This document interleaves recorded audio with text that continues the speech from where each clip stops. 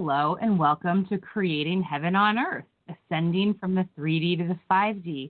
You are here with Mandee Elam on Heart Over Ego Radio, and this show is one we're hosting on most Saturdays, and it's all about grounding our collective vision of heaven to earth and what the difference is between the 5D and the 3D, what we can do as individuals to start to assist in the ascension and in ourselves. And each week, I have a very special guest to have a nice heartfelt discussion about this new territory we're all navigating together.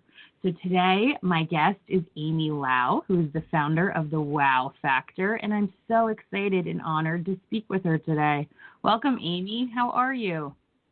Thank you, Mandee. I'm doing very well today. Excited to talk with you and to also let Spirit lead. Awesome. Well, the really cool thing for all of our listeners about Amy is she really helps individuals to find purpose and meaning while bringing out the best in them. And she encourages them to do their part here on the planet while expressing who they are, which is really in alignment with our network here on Heart Over Ego. On our network, Amy, we typically set an intention or encourage our listeners to start making decisions based on what their heart is wanting most, not what anyone else thinks or might think or how they're criticizing themselves, and to truly start stepping into letting the heart lead. We very much believe that ego is an important part too. That's the version of who we are in this incarnation. It's all of the things that we've picked up via our experiences and our lessons that have helped to create who we are in this in this particular lifetime. So as much as we love making decisions from the heart, we also honor our ego, and we think it has a very nice place, but we encourage it to maybe take a step back and let our heart start to lead. So the work that you do is very in alignment with the work that we do. Oh, thank you. Yeah. So can you tell us a little bit about your business and like how maybe you could share your website and tell if anybody's listening, if they wanted to follow along, and tell our listeners just a little bit about what you do on the business side first? Sure, absolutely, Mandee. So my business is called the Wau Factor, and it started in 2019 in January, really, and it culminated from all of the experiences that I've had working in the corporate technology world with people like Oracle and Salesforce and Cisco and so forth, AT&T. And I learned a lot from my sales background and sales leadership in those areas. And I felt really called to coach people and help them to grow their sales, grow their profitability. And I work only with conscious businesses and people that are, in my assessment, doing good in the world and helping to, innovate and create things that are good for humanity and building up the world around us. And so I believe in helping the CEOs who they may have some obstacles in terms of growing their business. They might be a little bit stuck in terms of, okay, how do I, when do I go to market? What do I do with my business? How do I grow and expand that? And so from there, we take what they have and I help them to develop, good strategies and also have a perspective about sales because, sales has gotten a misnomer in the past about, providing something that people don't need or, tricking people into buying things that they never really ever needed. However, sales is really about teaching and, giving of information and, educating people and on products and tools that can help push them forward, move them forward in people's lives. And I think this is really a good thing. And if companies are, out there providing goods and services that are perpetuating this and helping, to better our communities, then I'm all for it. And I'm also helping them to build profits and look at the nuances of, how to run their business more efficiently. So through the use of sales, and sales to me is about connecting with people. And yeah, so it's about connecting with people. We all, I believe, are, came into this world with our special gifts to have, to bring meaning into the world. And it is our responsibility to actually go about, finding out and understanding who we are so that we can bring more of that and contribute to each other, and so that we can collaborate. So that's what my business is about. I love it. And it's just beautiful. And, it's divine timing right now.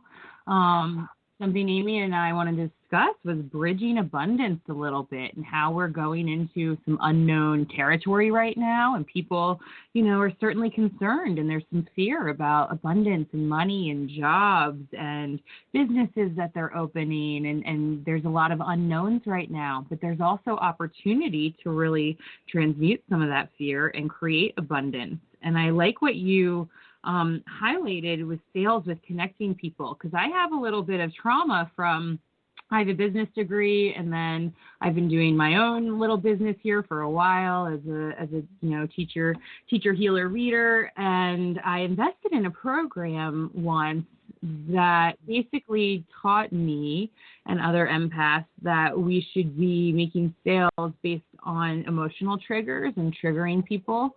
And it wasn't in alignment with me. And I've talked to a lot of different people about this in like the Lightworker Wayshower community, and people who are trying to bridge what their spiritual gifts are and create abundance with it as well. And there's been a lot of, I would say, maybe miscommunication or trial and error, or, sometimes damage done by certain sales techniques and whatnot that has really been, I would say, a collective trauma within a lot of our society. So I like that you're breaking that down a little bit, and you're highlighting people's gifts and reconnection and what that looks like, because I think it's gotten, over the past, couple decades, things went a little wild, and it sounds like you're really honing in on we can have the best of both worlds. Yes, absolutely, Mandee. I truly, truly believe that if you are, if you're innovating in a way that is aligned to your soul's path, that you're bringing something that is actually contributing to the world. And when you're living in your highest and aligned with the flow of the universe in terms of, what you're giving to the world, which is your soul's work and your soul's journey and your path as to what you were meant to offer here, then there will be an audience, and there will be people who are needing what you're providing. It's a supply and demand. But at the same time, there's a difference between a business owner or an entrepreneur who is creating because they think that, okay, this is the stuff that people will want to buy and so forth, versus, hey, I'm creating this because this is just my soul's work, and I want to put it out there regardless of, anybody wanting to have this or not. Obviously, you want to test the market to see if this is also in alignment with what the market is asking for, what people are needing to help them in their lives. But the core of it is attracting to you these buyers that are needing of your services and your solutions and your products, and not selling something to somebody that they don't need. So there's a real difference between those two nuances that makes all the difference in terms. With our fast-paced society, people just got swept up and didn't get to really learn the difference a lot. Mm-hmm. Well, I think there's also a miscommunication, as you mentioned, Mandee, about the buyer and the seller. That there's a disconnect between, there's a distrust, if you will, that was inherent because of the trauma that was created from people that didn't have probably the best intentions. And God bless them, they were there without the good intentions, so that we can learn what good intentions are, for instance. Exactly. I see it that way as well. Yeah. And so I see everything as an opportunity, whether it has been frustrating for me or obstacles. It was there to teach me a lesson so that I don't move in that direction again. And so the resilient and the strong among us are the people who take the lesson, and we're not beaten down by it, to a pulp, but we can pick back up and learn from those lessons and just be better the next time. And then we'll hit it again, where there'll be something else that we're going to, be faced with, challenges. This is life. And it's about, suffering, but learning from those sufferings so that you can be at peace no matter where you are. Absolutely. You're speaking my language. I agree. So there's so many things that we want to discuss today. Is there anything on your heart or mind right now that's rising to speak about?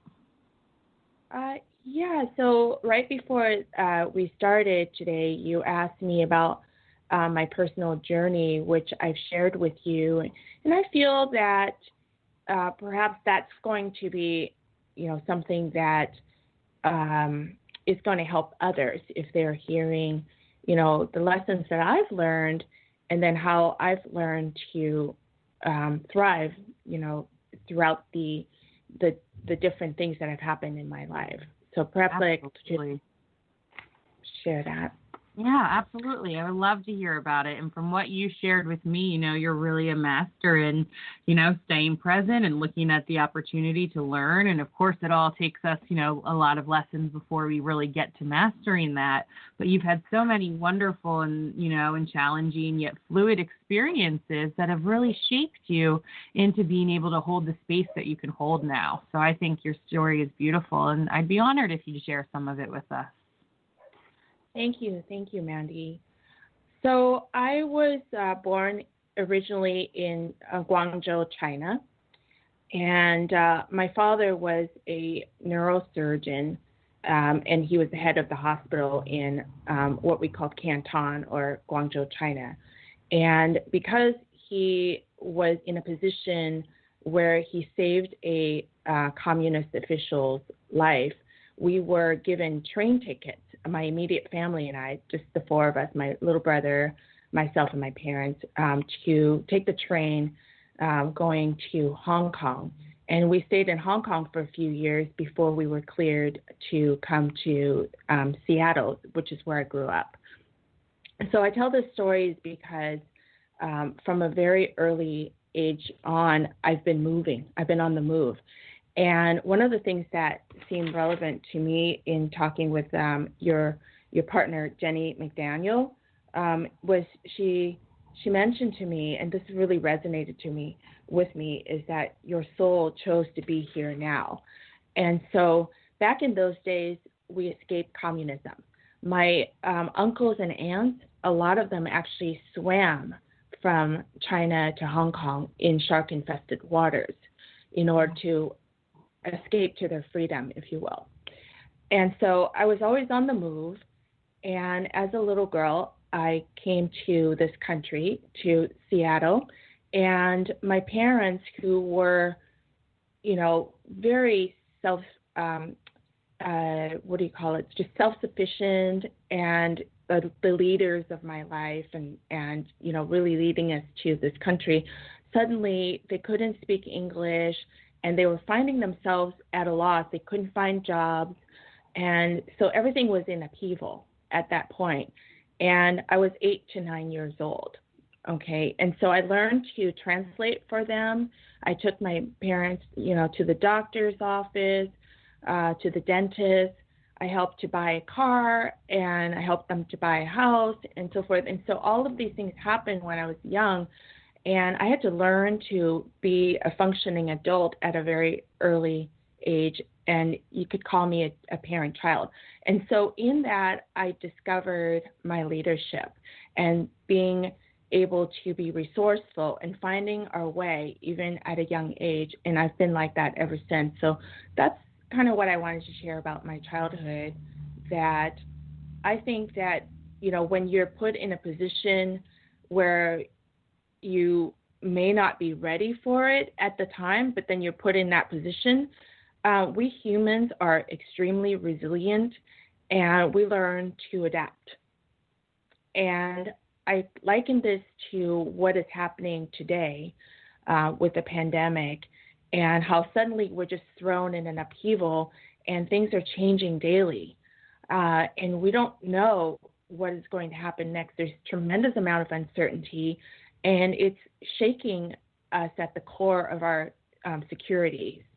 And yet we're so resilient, and we're able to adapt. And we're showing the world that we are adapting. We're making some mistakes, and there's a lot of noise out there, and you have to choose who to listen to, which is really, I think, listening to yourself. Really think that this is an inner journey. We need to go inside and listen to what our hearts are saying to us, and we need to pivot, and we need to decide, well, what is the new path now for us? Is there a new way that's better than how we did things before? Oh, just beautiful. And I agree. And thank you for sharing with us all of that. And, it's funny because I've had a lot of experiences in my life that I moved a lot as a child. I had to be a leader in a lot of situations. And, the more we step out of our comfort zones just a little, often there's great reward on the other side of fear. And it doesn't always have to be something that we need to be afraid of, or it needs to be a threat. Sometimes it's just something that's uncomfortable that we haven't navigated yet. And I've come to learn in my life that every time I leap, the net really does appear, and the universe finds a way to hold you and figure it out and help to lift you up. One of the things that we talk about on this network, and as we're ascending into this, new earth, as we like to call it, some people call it the age of Aquarius. Either way, we know post-COVID in general is going to be a new, different kind of way for all of us as a society. And, Charles Darwin always says that the species that survives isn't the strongest or the fastest. It's the one that is able to adapt most to change. And so I believe that that's very much part of who we are as beings. And it's the ability to adapt to change is something that is within every single one of us. And when we can start to face the fear a little bit and quiet the mind a little and tune into the heart, then we can really allow our spirit to start leading more. Yes. It's about, there's a lot of opportunity to open our eyes and all of our senses to grow and develop our intuitions so that we can open doors that we didn't know existed before. And it's pushing past some of your fears and your barriers, and knowing that, sometimes people are fearing something and that's been in their nightmares and so forth. And then when you confront your fears, you find out there's actually nothing behind it. Your fears are actually here to serve you, to help you, steer clear of danger, for instance, right? But then you can tell your fears, hey, you can take a little vacation. I've got this. So for sure, that's one absolutely. Yeah. I've been listening to Tosha Silver, which she wrote the book Outrageous Openness, which was my first introduction to her, and I've been listening to her forums that she gives. And it's really interesting. This morning, she had a talk that I went to listen to in Outrageous Openness, that if you're stuck in any way, you can actually, call out to the divine and to your source. You call it God or, the divine, whatever you want to call it, saying that you gave me these talents, and now I'm offering myself to you in service to the highest, to the divine, to be used by the source for love, to serve using my abilities that were divinely gifted to me, and to please show me the next actions that are needed and open the doors that need to be opened. So I think that I feel like that is something that I've had to remind myself of over and over again, because it's a practice that is developed and it's not completely natural to me. A lot of us, I think that we come into life and we hear a lot of news and so forth, and people talking, and we think that life is about what you can get out of life, what you can manifest for yourself. But it's not like a shopping list of like, you know, don't give God a shopping list. Like, this is what I want, and this is what I want to manifest, and so forth. I know that's great. But I think if you flip the script a little bit and you turn it around and you say, you know what? I've been given these gifts for a reason. Help me to use them so that I can better my community. Help me to help people to, you know, tell their stories. So one of the things I'm all about is really telling personal stories.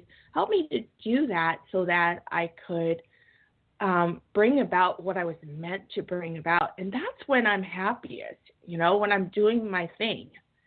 And it doesn't feel like work, you know, and it doesn't feel like I'm making so much struggle or effort to try to manifest what I want, you know. And a lot of the times, frankly, what I want is not really what's best for me. And so I try to pray about what is best and let that come up. Let's let go of what I need to let go of, even if I don't know that I need to let go of it. Let me let go of that. And let me open the doors to, like, I only see 20% of the picture in the universe, maybe 20%, even less, like maybe 1%. And so let me see the rest of it. Like, what's the 80% to 99% of possibilities that are open to me without, like, even me knowing how it's going to come about? Manifest that so that I can live at my highest. Oh, that brings up so many different things. You know, here on Creating Heaven on Earth, we're really starting to talk about the discussion of what the difference is between the third dimension and the fifth dimension. And what I'm truly believing is that third dimension right now is they're both perspectives, and that the third dimension includes a lot of limits. And your beliefs can only get so far because they're limited. Whereas in the fifth dimension, you're starting to expand more, and you're able to see that everything, including you, is very limitless, and the possibilities are endless. And I love the personal practices you were starting to talk about, because for me, each and every day, at least for the past few years now, I had variations of it when I was more dabbling in my spiritual practice. But now that I've been really devoted to myself and my spirit for probably a good 3 years now, each and every day when I wake up, I've got a really simple routine, and I always share this with my clients and people here listening to the show, because I have dogs and they want to get outside and do things. So I don't have a ton of time to like wake up and, you know, and have like tons of spirit time. But I'll wake up, I'll take 3 deep cleansing breaths, because that's a gift in itself, taking a breath here on earth. And it's something we just line up for in the non-physical to come down here and get a chance to do. So I'll take my 3 breaths. I go over 10 things I'm grateful for, because gratitude's one of the highest vibrations, and it's getting close to our source energy, so that automatically starts to cleanse and recalibrate my chakras by concentrating on that. And then I just say a simple prayer. Please help me to be of service for the highest good. Please use me in any way that you see fit to help me to be of service for the highest good. And please help me to have experiences for the highest good of my own being. Because as much as this spiritual journey in life is beautiful and love and light, you know, it is not all sunshine and rainbows. And sometimes we have to get our heart broken, or we have to make mistakes, or we have to have certain experiences that we go through in order to grow us. And sometimes, you know, what's for the highest good isn't always the easiest, but just like you were talking about, Amy, there's always opportunity to learn from that and grow. You know, we're all in a big transition right now with this COVID crisis and pandemic and what's happening, you know, but we're going to bloom. Even a seed has to break apart before it can grow. So you gotta take the good with the bad. But if you set that intention, this universe will send you on a fantastic adventure. Yes, I believe that, Mandee. It's about serving something larger than ourselves. And when you're in gratitude, I was reading about the goddess Lakshmi and how much she loves gratitude. You know, and she's very into abundance, and you're a queen of abundance here, Amy. And gratitude, there's a very big balance between the art of giving and receiving and feeling into abundance. Yeah, no matter what's happening in your life. And then it's only when you come from a place of love and gratitude that good things are, you know, coming to you. I don't want people to feel guilty, like, oh my gosh, I've been thinking in negative thoughts and so forth, and so all these bad things are going to happen to me, like an omen. It's not like that. It's more about, just appreciating little things. Like this morning, my fiance made me breakfast in bed, and he knew that I was, coming on the show, and I was a little nervous about it. So he's like, you're good, and he went out to meet his friends. I said, you'd be better if I'm alone here in the house while I'm doing it. You drop into soul space, but how beautiful and supportive. Yeah. I mean, he's just the most amazing partner, and I couldn't have asked for anybody, a better partner in my life. And I'm like truly grateful for him. And also, I have a place to live. There's so many homeless out there. I felt, I have to say that I'm definitely not perfect. There's been, days that I've been so frustrated during this COVID-19 and sheltering in place that I'm driving myself crazy. And then when I walk out there, there are now, homeless encampments out there. That's pretty frustrating for us trying to walk around maybe or get some fresh air and so forth. And so I started to look at that as like them and us. And then I started thinking about that this morning and meditating on it. And I was like, it's not them and us. We are collectively one people. And, maybe these people have lost their ways. Maybe, my judgment was that they're not taking responsibility, for themselves. How did they get themselves in that spot, right? But then at the same time, I felt like, okay, well, where's my empathy in all of this, right? And so I started to think, well, what is the solution? I think the solution is, we have our government, and I know that they're doing their best and they're working on it, okay, at placing people and helping everyone to be more productive members of our society. I don't know if anybody, politically agrees or not with me, and I don't want this to be a talk about politics, but I feel that we are one, and that, these are our people too. This is part of our human body, right, of people, and we have to figure this out together. So, Agreed. Yeah. Oh, I'm really glad you brought that up for a lot of reasons. Number one, I was watching a documentary just yesterday or the other day. It was actually a 2015 documentary about this guy, David Martin. Have you heard of him? He's big in the business world. No. But either way, he was talking about how he and a friend were walking through New York City, and there was like a homeless man who was begging but looked really sick and like wasn't good and all of this. And David was like, how can there be a God when there's such a distinction between, this population and this population and the rich and the poor and, and all these things, and there's such separation. How can there be one God? How can there be a oneness in God? And so the person that he was speaking with, who I think was like maybe a priest or so, I don't even know, but he said, this and what you're seeing right now is proof that there is God, that God is within all of us, and being able to see and recognize a heal or a trigger or a wound and having the action and the capacity to make a change about it is proof that there is God, and is proof that that life force is here and that we can create that change, which is what we're wanting to do here on Creating Heaven on Earth. And I worked with the homeless population for a long time in Denver, and I was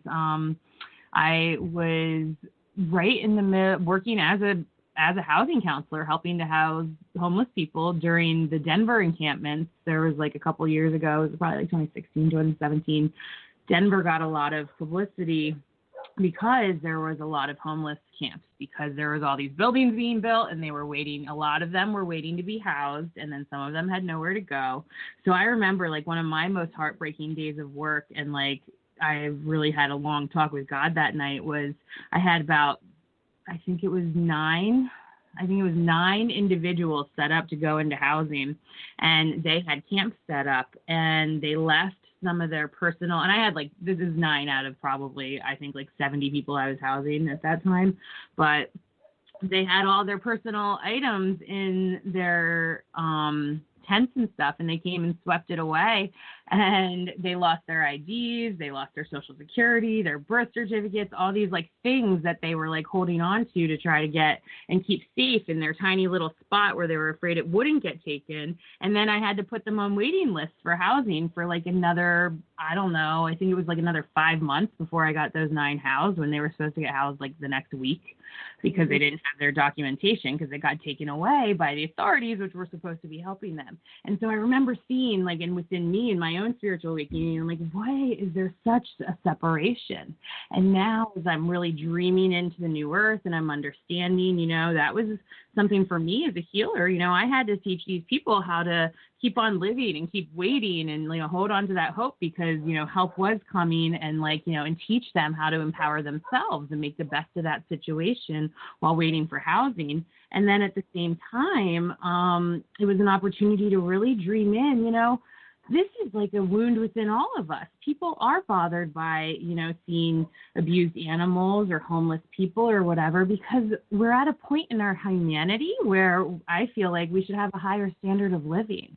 And like maybe we take care of one another, you know, and our medical needs and our health needs, and like very basic, you know, and then you can achieve higher than that. I think it's about trying to just raise the bar collectively for a standard of what humanity is, and then allowing ourselves to grow individually from there. And this is something that has been brought up by several of my clients this week, and a lot of different news outlets and different things, because people are really discussing the homeless population. So I'm really glad that you brought that up right now. Thank you, Mandee. Actually, in Canada, sorry, can you? Yep, I can hear you. Okay. So sorry. Actually, in Canada, I have a friend, Lisa Marie, and she was a newscaster in Canada on the West Coast side. I want to say Kelowna. Anyway, so she befriended somebody who was homeless, and the relationship developed over a year or two even. And she had such compassion for them, for this man, that when her family moved to Vancouver Island, she took the kids with her, but her husband was left to fix up the house and sell it. And they took in this homeless person to help with like handyman things and to fix things up. And he discovered that he's really handy. And then they developed this real friendship over that period of time, to the point where the husband is now saying that, hey, you know, I couldn't have done this without his help. So I don't remember his name or anything, but now people are, you know, reaching out and asking, hey, can you do some like handiwork for us around our house and so forth. And so now this person has found like kind of this renewed calling and a reason to live. Whereas he was homeless and he was kind of out there before. And so these are really good stories that I hear.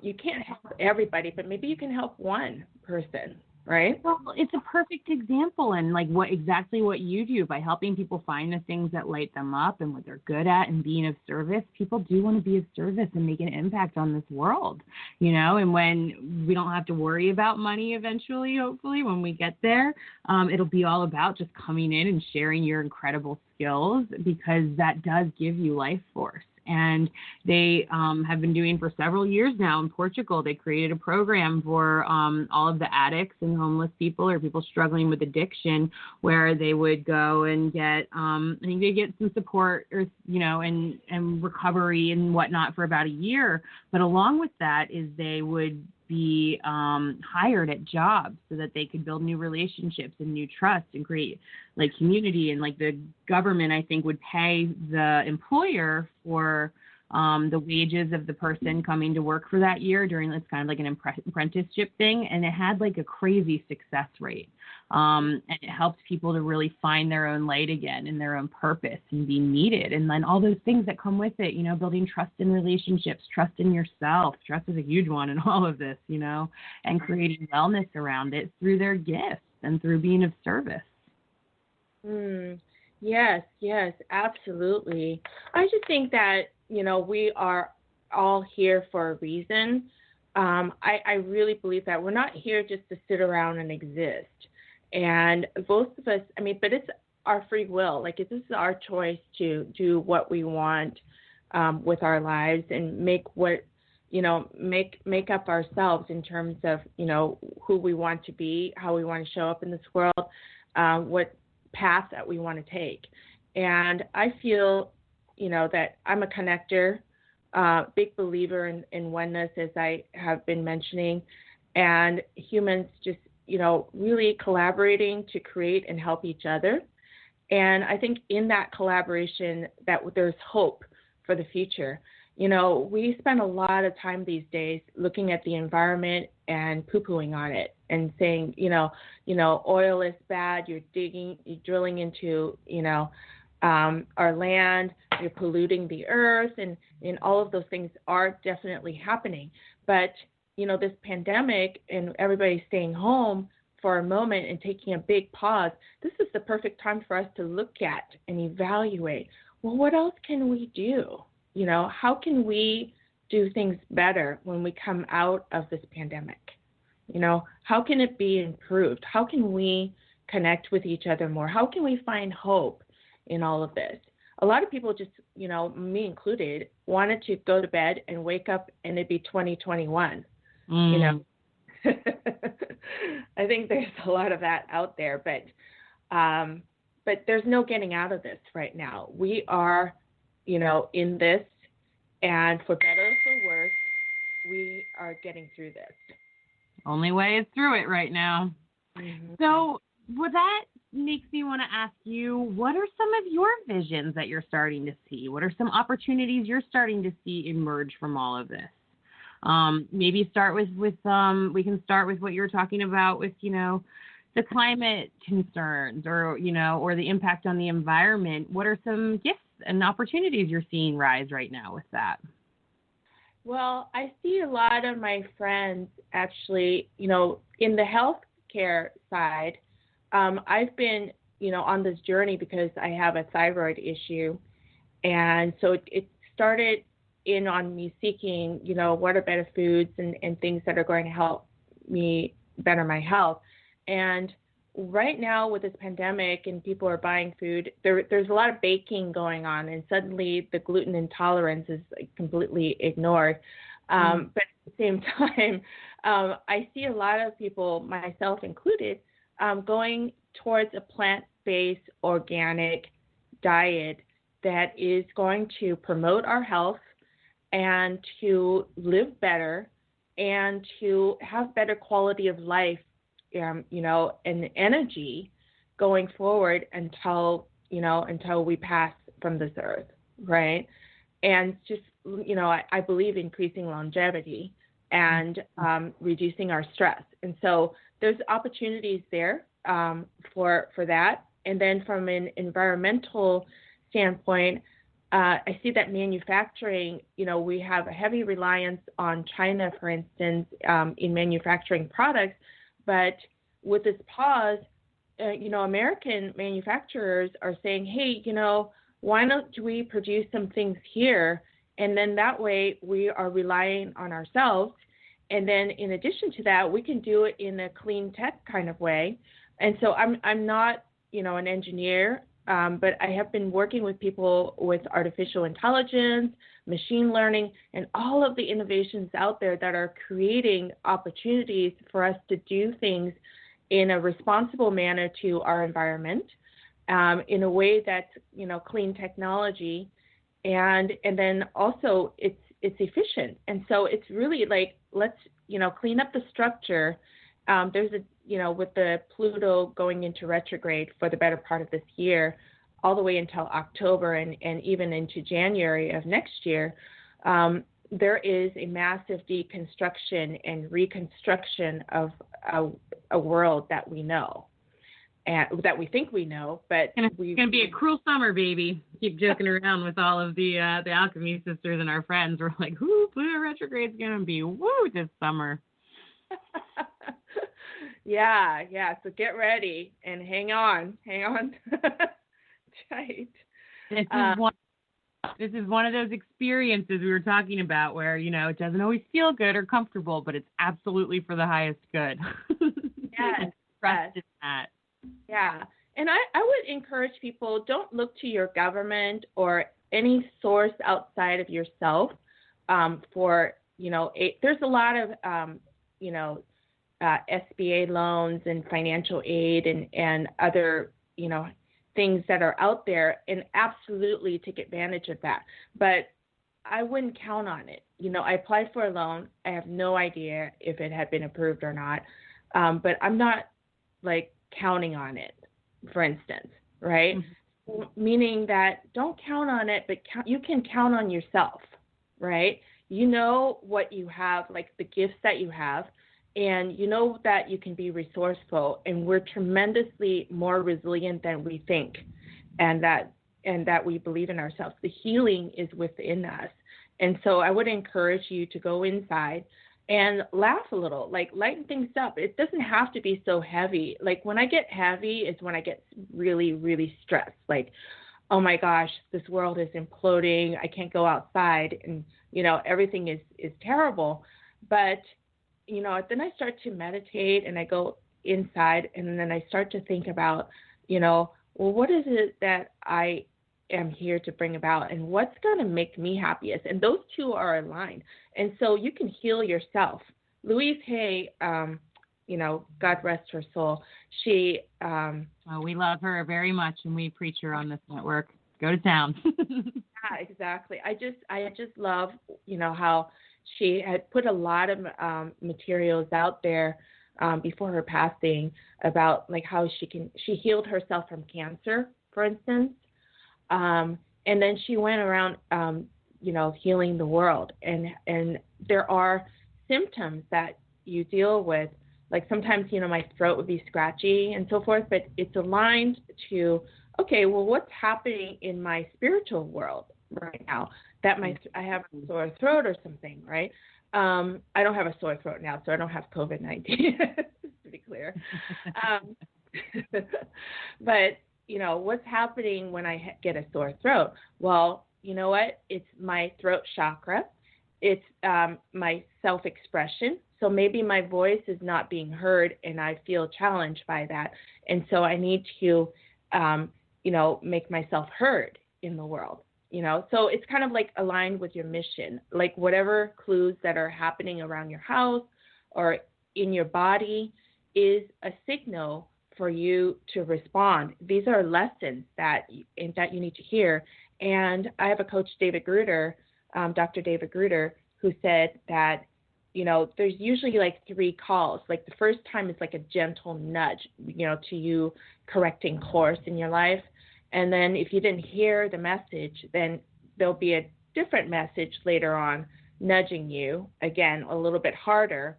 And then the third time, if you still didn't hear it, the second time, the third time will be a giant knock for you to, start dealing with things, right? It's true. And it'll happen. And everyone knows that. No matter where you are, if you're listening, no matter where you are in your spiritual path, we always know intuitively as humans that, the lessons keep coming until we learn them. And our bodies are so incredibly psychic, and they're here to help us. And we choose them, and we choose these vessels to help us explore and navigate this world. And Louise Hay really does teach us that dis-ease within our body, that's what it is. It's a dis-ease, and it's created because of an imbalance within typically our thought system and the things that we're allowing to come in. And feelings are simply thoughts in action, and a thought can be changed. And when you start to do that, I had Louise Hay totally helped me heal my life, and I ended up being plant-based for 8 months. I did Louise Hay Can Heal Your Life and the medical medium diet all at the same time, and it was just life-changing. Oh, and I feel so many, he helped me a lot. And I've had so many things within my body. And now, as I connect with my food so much more, and I'm still I call myself, I'm not big into labels and definition, but I call myself primarily plant-based because I still like to fish sometimes, and I still like, to certain things every now and then, and I don't feel, any guilt or shame around that. And that's what Louise Hay also teaches you, is when you can start to release guilt, shame, resentment, and criticism, then you can really start to blossom and find yourself again. Mm-hmm. Yeah. And you also mentioned Anthony Williams. I just love his, I was reading his books, and celery juice has been incorporated into our lives. We make it on most mornings. Yeah, me too. It's the best. Magic. It is like magic. It is like magic. And right now, what's important is to build up our immunities, regardless of whatever vaccines or things that are out there. We need to start living in gratitude instead of in fear. Okay. And that means that I'm not preaching about this, but basically my own philosophy is. Share. That's all we can do on this network is share from our own perspective. So share what's working for you, please.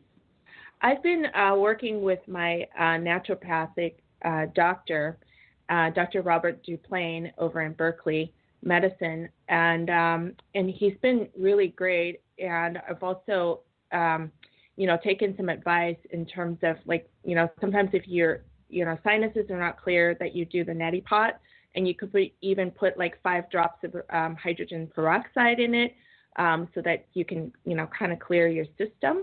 And then in terms of supplements and vitamins, I'm just kind of like A, B, C, D, and Z. And so all of those vitamins are helping us to build up our immunity, along with echinacea and some of the other things that are out there. I personally love ginger. It helps me with my digestion, and it's just, it strengthens my immunity. Turmeric is another one that people, really go for.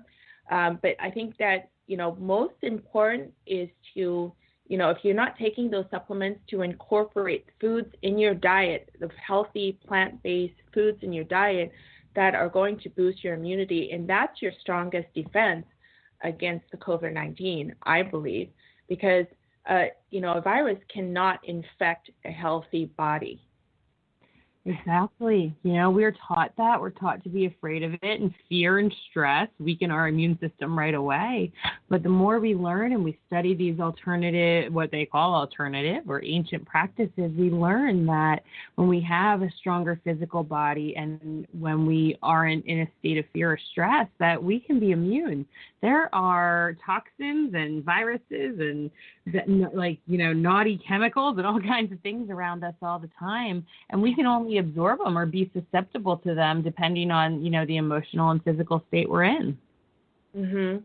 And also, I think it's important to filter your water from chlorine and other things that are, in the system.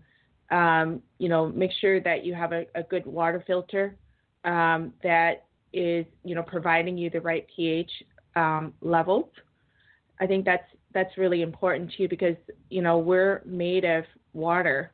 Our bodies consist of water, so it's important to replenish. And also, we eliminate through water. And so our bodies are only, strong when we have enough water and enough sleep, for instance. Mm-hmm. And something that I'm challenged with, when I have some trouble sleeping, to take some magnesium with that. Or you have, how sometimes you get like a restless leg, and so you take some magnesium with that, and it helps to just kind of smooth out and metabolize, I believe. And it helps, it's kind of like a magnesium along with calcium in your body. But I take calcium only in liquid or almonds, not through supplements. Beautiful. That's what I have. That just did magical things for me. I was on blood pressure medicine because I had ankle surgery and I was in a lot of pain, and I had severe gout and fibromyalgia and all kinds of stuff. And I had never had a blood pressure issue until all that pain came, naturally so it came with it. And so, or I created it, going back in the timeline. But back then I didn't know I was creating it. So when I started incorporating the celery juice, it was a weird experience at first. And I was like, this tastes gross. I don't like celery at all. Like, but whatever. I want to do anything to heal. So I'll just start chugging it as medicine in the morning. And it was like a thing. And I'm like, all right, let me chug my celery medicine. And then after like a few days, it started to change like taste. It started to taste like milk or something to me, because I think I was getting all that calcium I was needing from it, and salt and different things. And then now I just crave it. And if I don't have it for a day or two, like, my body knows and feels the difference. And I went off blood pressure medication like 30 days after I started drinking the celery juice. And it took all of that away. And I haven't had to be on any sort of medication ever since. And I haven't had gout attacks. But I also, when I was getting these gout attacks, I was young, but I was overweight. And so I'm like, I think I have gout to all these doctors for like 10 years. And they'd say, no, you don't. And I'd come back negative on certain tests for my purines because I drank too much water.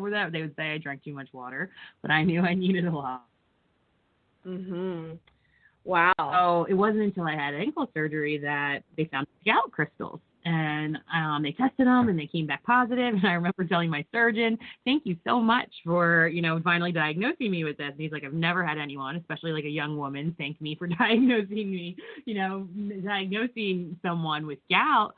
I was like, but for me, I finally have the answers. And so when I looked it up in Louise's book, You Can Heal Your Life, it said it was impatience and need to dominate. And when I looked back on every time I had a gout attack, it was because I was impatient with like myself, trying to get too much work done, or, be a shining star. It was always a lot of like work usually, or being really impatient with myself and spirit, or my spirit guides not getting messages. So back then, when I look in the past, I'm like, oh my God, I totally know the shitstorm I was brewing in my head to create that pain in my body, and it gave me so much freedom. So even though it sounds kind of scary, what Amy was saying before, it's like, you can start from day one right now, and everything before is totally forgiven. Like, we've gotten to where we're at now, and now we can start exploring and using these psychic bodies and these tools and knowledge that are starting to be more and more revealed to us.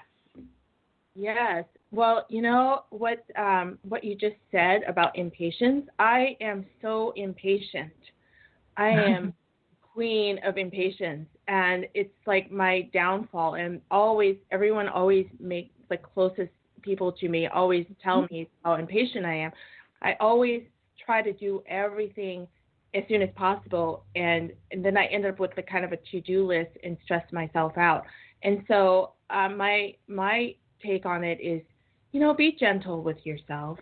You don't need to be the general manager of the universe, right?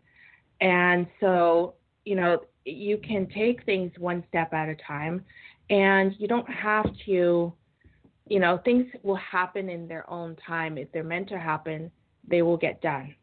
And you don't have to control the process. And so I tell myself this because I love to control everything, especially when I have uncertainty and I don't feel safe.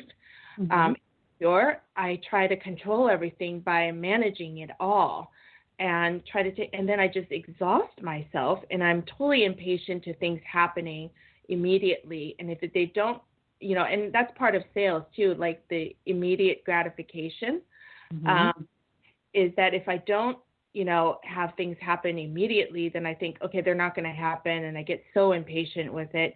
But then I find out that, there's very little that we can control.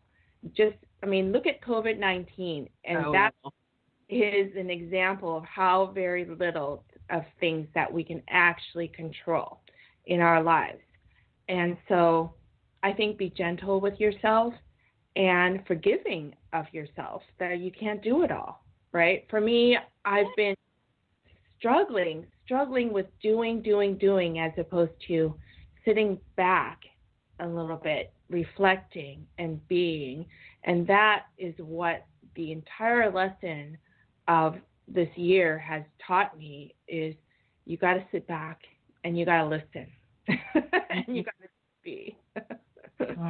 Well, I love it. And, for you and me, you shared a little bit of your experience with us, like the situations we went through as children, that was what got put on us. A lot of times they like to kind of call it like the good girl type thing, or the good girl boy type thing, where it's like we're the leaders and we want to please and provide, and, and there's safety in that because we are controlling that. But that is also our gift too. It's the only thing we actually can control in this lifetime, really, is our actions and our reactions, because we're all our own sovereign, independent beings. And so that's what each of these experiences that we go through are teaching us to utilize a little bit more. And it doesn't mean we don't feel as humans. We have to authentically feel things, but we can start managing and emoting certain things and using some of these energies to help us to be our most authentic selves and to be more present. And that's a hard thing to decondition ourselves from as a society, in this entire patriarchal imprint that we've really had for